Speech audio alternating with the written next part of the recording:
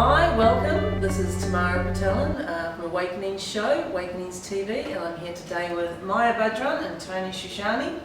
Hi. They have founded a Dubai-based company called Awakening, and this is a company through which they are spreading the message of Theta Healing, basically, through classes and workshops and private sessions. And it's absolutely been my privilege to watch them develop this business over the last 5 or so years. So welcome. Thank you for talking to me today. Thank you for having us, actually. Oh, my pleasure.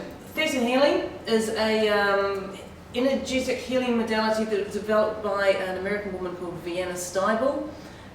She's coming to Dubai for the first time later this year in 2015, which is very exciting. That's the extent of my knowledge, really. So I will move over to you guys now, and you can tell me and them about Theta Healing and what it's done for you, what it's done for your life. I know that because Maya and I and Tony did our first Theta Healing workshop together in 2010, I think it was. Yeah. Tony was a bit more natural and a bit more naturally intuitive than myself and Maya. But from there, I've not really done that much, and you guys have soared on to amazing heights. So, Each one soared in his own way. Different ways of soaring. Yeah. But from those, just basically tell me how you found Theta Healing, and I know we could talk about this for hours, but how you found Theta Healing, how you came to it, and how you've ended up giving up your careers and turning this into a full-time job. Go ahead. So I'm a former TV producer. I worked in the advertising industry for around 15 years. Yeah. It was very good when I was in it. Then some dramatic events happened in our life. We crashed financially. I lost my job. And I believe Theta Healing found me because I was ready for it. I don't come from a background of like the spirituality and talking about angels, and all of this doesn't really exist in my family. So one day 2 friends of mine mentioned it, and I think I was in not so good of a place back then that it attracted my interest. Yeah. And I visited them at home, and there was a lady who was doing a demo just to explain what Theta Healing is, and she chose me. Yeah. And she worked on me, I think, for like maybe 30-40 minutes. Wow. And when we finished that session, I didn't know what it was, what she was doing.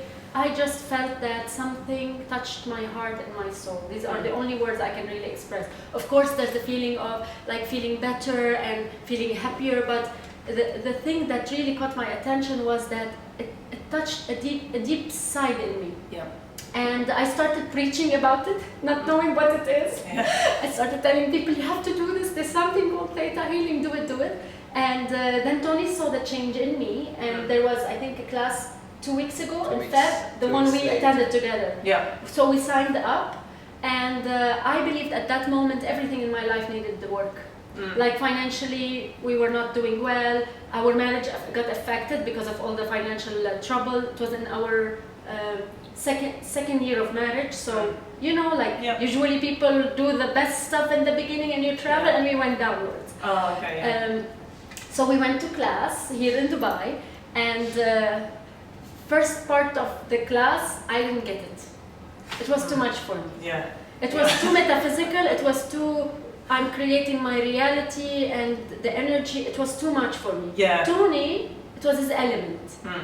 So I knew it worked, but I didn't know how to touch it. Yeah. He got it. He got it from the first day of basic. He said, "This is it. It works. I get it. It gels with my belief system." Amazing. It did not with mine, but it gelled with my soul. Something deeper gelled with it. Yeah. Not the understanding. The intellectual understanding. You felt something. Yeah. And you just knew something was Yeah. right So, about but I know that what was happening is that after every class, like the last. The end of the day of every class, I was a happier person. Something was better. Maybe I had hope more. There was something that was better in me. And that's why I kept going. I did the day 2, day 3, and then we did the advance. And then I repeated, because I didn't feel I mastered it or I understood really the technique. I believe the reason was my genetic belief system of not being allowed to maybe be psychic or metaphysical or all of these things that held me back. And also it was because I was too involved in my own drama. I could not hear the material properly. So what I did is I repeated the classes. So every time the classes were given in Dubai, sometimes Tony would join, but I was determined to understand it. Whether it was from the first time or seventh time. I believe I did basic and advanced maybe 7 times. So repeating doesn't mean you failed. There's no pass or fail exam. But it's every time you repeat, you understand new things that were even said last time, but the mind did not register. And also different teachers, because I've repeated many times as well with a lot of different teachers, and I think it's so beautiful seeing how a different teacher comes to it, and the different information and the different anecdotes you get from the different teachers. Definitely. So tell me about when you first started some of the journeys you went on as far as what you changed in your life, or the beliefs. And sorry, and I also just want to mention that a lot of people come to you for physical illnesses, and this could be anything from cancer to whatever, diabetes, but they also come to you for emotionally type stuff. It is very important for us to clarify a point here. We do not do anything. Yes, good clarification. Very, very important. At the end of the day, you have to have a central belief in an energy that has created this universe. This is a prerequisite to Theta. If you don't believe in a central energy, you don't have a central belief in an energy that has created this universe, Theta will not work. Okay, so whether you call that energy universe or God or God, creator, the Big Bang Theory, love, source, whatever it is that you feel comfortable calling it, that energy which has created this universe, you are part of that universe, and that energy is the energy of unconditional love, and that energy has the ability to recreate instantly. Right. What we do is we don't even channel that energy, we just visualize, because in physics and in science there's something called the genesis of observation, which is actually science. So we're not recreating the wheel, or we're not inventing stuff. We are actually working with theories that already exist. And they've noticed that the building block of every atom, which is an electron, behaves differently when it knows that it's being observed. So this is the science actually. It's amazing, isn't it? So the fact is that as you observe, you create your reality. You are creating your own reality. And you create your reality based on the decisions that you make. Your decisions are influenced by your subconscious. Sorry, Tony. I was going to say, a lot of people, including myself, would be a little bit panicked by that. It's just like, so I'm creating this bad thing. I don't know how, and I don't know why. How do I stop? I think that's how I felt the first day of class. For the first instant, you might be a bit afraid. But on the other hand, the moment you understand how this world works, it makes you feel extremely powerful. So you believe there's nothing that we can't change? There is nothing based on your free will, based on laws of the universe, based on the fact is that everyone's birthright is to be happy, is to be abundant, is to live life without sacrifices, to live life without struggle. These are the general laws. But then again, based on our conditioning, things that we have picked up from our environment, from people around us, the genetic stuff, people actually don't think much about genetic stuff. For example, in terms of science and in terms of genetics, any physical trait can be passed on genetically up to 210 years. So actually your DNA has been here before. It has had a previous experience. I take my DNA from my mom and my dad, and my mom takes it from my grandma and granddad. They've had experiences. So some of those experiences are interlocked in the DNA and have been passed on. Absolutely, and this is what I think a lot of people, because everyone can cope with the fact that, oh, I get my red hair from my grandfather, but they don't get that they might have got his temper. Or they might be carrying some trauma of an experience he had put in his DNA. Or even being a victim. Like if an ancestor was victimized because of whatever their experience was, and the current person is carrying that victim energy, that's the active energy in their, that's the active vibration of being a victim. So that's the vibration that's continually being sent out to the universe, and then the laws of the universe will reciprocate it, will give a matching. Not from a punishing perspective, just a matching, like a mirror. Exactly when we are happy, that's why they say, think happy thoughts. Be grateful. Why do these people always tell us be grateful, think happy thoughts, be positive? Because it's that frequency that's going to be matched to us to have more happiness or more drama and victim. not to get on a tangent though, but with that whole positive affirmation thing, you've got to really feel the gratitude. Because if you just say the words... We say fake it till you make it. Oh, okay. Yeah. See, it's better than being in the negative, because the moment you put yourself in that path of being grateful and noticing the little things, and it will train your mind to notice them actually. So even if the first time you didn't really feel it, but the second time you'll feel it more, and then it becomes your new habit. Again, sorry, tangent. If I keep saying things like, I am abundant, but there's a part of me that doesn't believe it, and I say it every day, I'm abundant, I'm abundant, I'm abundant, but you don't believe it, are you actually increasing the not being abundant because you're kind of affirming that... It depends. You're not. It depends if you are... No, we tend to talk at That's fine. It depends if you are saying I'm abundant with that reassurance to yourself that it's flowing your way, or if you're saying it with that attitude of lack. And a bit of a desperation. Deprived. I think a lot of people probably do their affirmations with some desperation. So if you say it with the deprivation that it's not here, that's the active vibration. So this is why in Theta Healing, we don't only work with your conscious, like we don't just tell you go and do affirmation. Because you're doing it consciously, right? We work with your subconscious mind, which is 88% of your mind. Because that's the power.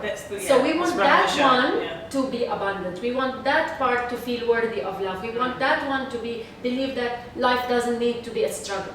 Because if life is a struggle is in the subconscious, and the conscious doesn't want struggle, the subconscious unfortunately is gonna win.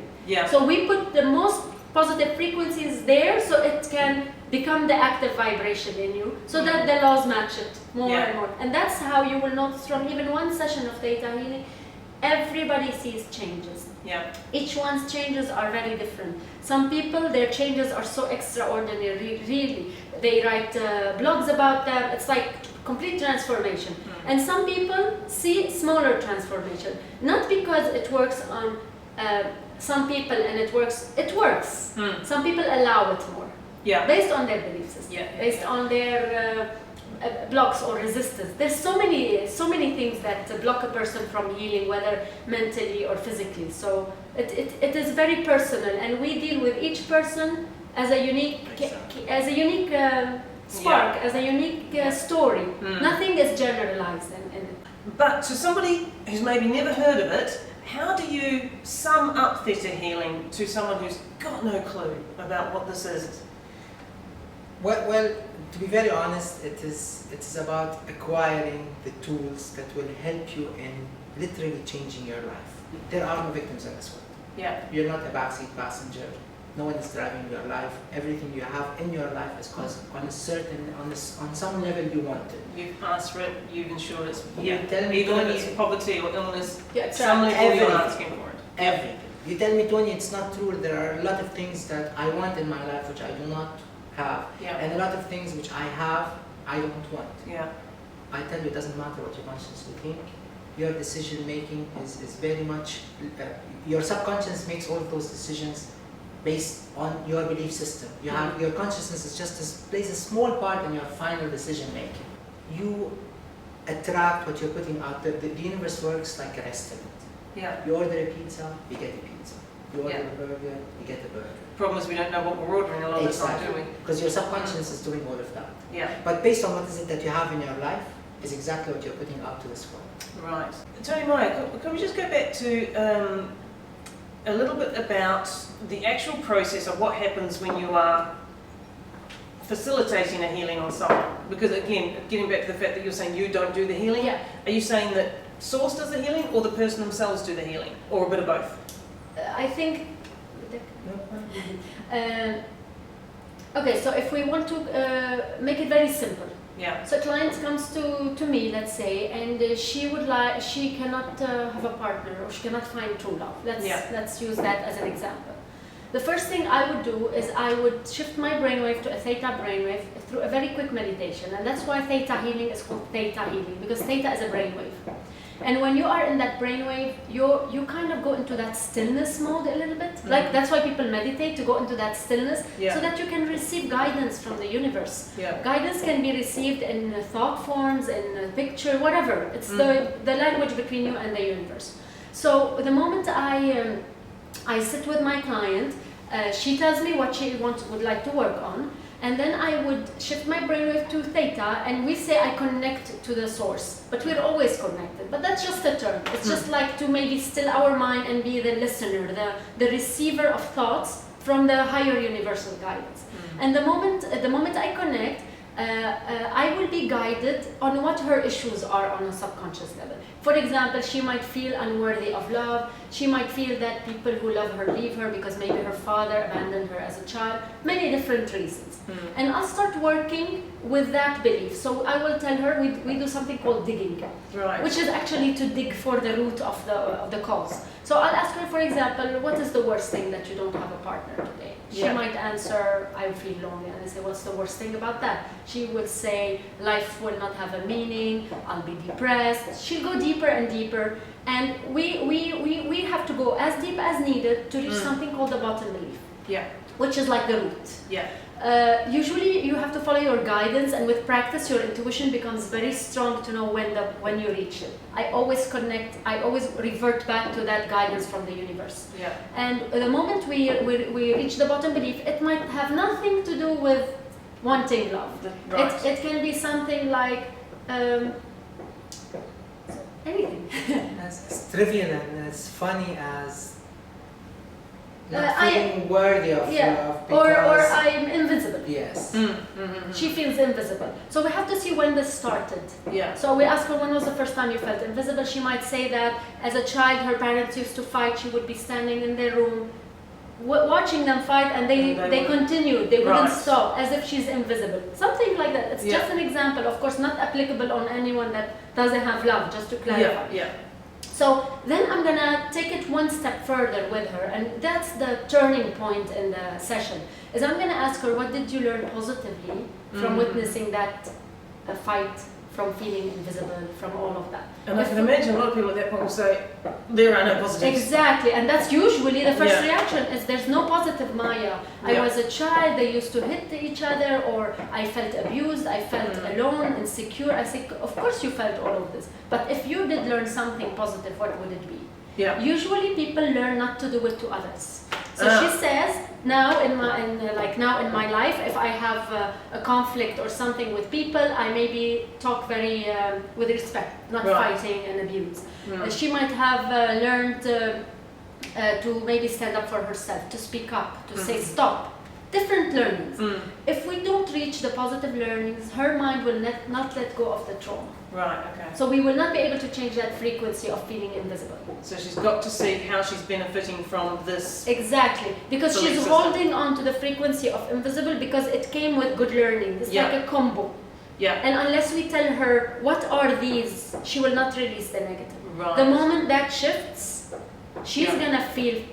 Even if I tell her, go back and remember the times mom and dad were fighting, of course she will remember, because we're not erasing a memory, but she will not have that negative feeling or insecurity about the thought. It will completely shift. And once that shifts, it means she will not feel invisible anymore. So she will allow men to see her. Because if she's feeling invisible, that's why she doesn't have a partner. She's sending out a frequency, I'm invisible, I'm a nobody, I'm invisible. And then men, even very close friends, might be interested with her, but will not ever make a move or propose or anything. So that's a small example. Of course, there are so many details in the session. It's around 1 hour. So tell me something about, because you've been doing this for, when did you go full-time professional? And for me, it's been now 3 years. 3 years. And so you've seen a lot of people in that time, come across a lot of conditions I imagine you didn't even know existed before. So what kind of, again, with some of the clients you've had, what kind of things have you seen that are manifesting as some of these, be it an autoimmune condition or a cancer or a bowel disease, whatever it is? To be very honest, we work with a lot on abundance, on love issues, on success. I worked on back issues. The interesting thing is that some of my clients used to go to a chiro, and the chiro realized that they were also improving in other ways. Like they noticed that their clients are improving, so Now the Cairo sends me some of their clients because they know that we can work together, because they work with the physical, and I know that they also work a lot with energy and blockages in the body, but we also push it with the mind. So together we manage to help a lot of people with scoliosis, with a lot of back problems, knees problems, skin problems, like Anything. we've been doing it for so long, and we see so many clients today that when you ask me now, I was like, what cases? We can, and the same way we work on people who have sicknesses, from migraines to, we work on children who are being bullied in school to change that frequency. We work on, there's no limit, honestly. A lot of times we get clients that have, that call us usually and say, would you work on, like a very long name of a disease, and I say sure. When we close, I Google to see which part of the. We have a good idea of anatomy and everything, but sometimes you hear new stuff. Right. So we Google and we see what is it, viral, bacterial. What are we talking about? Cancer, and then we can work accordingly. And honestly, whenever we sit with people, we don't see anyone as a patient. In Theta Healing, no one is a patient because, in our opinion, no one is sick, no one is unwell. They are our client, and because we believe that this energy can, with their faith, of course, can shift anything that is imbalanced in them today, then they are balanced, in our opinion. We don't even perceive them as sick or weak or anything. We just see, it's like the moment we sit with them, the understanding of the session is they believe they are unworthy of love.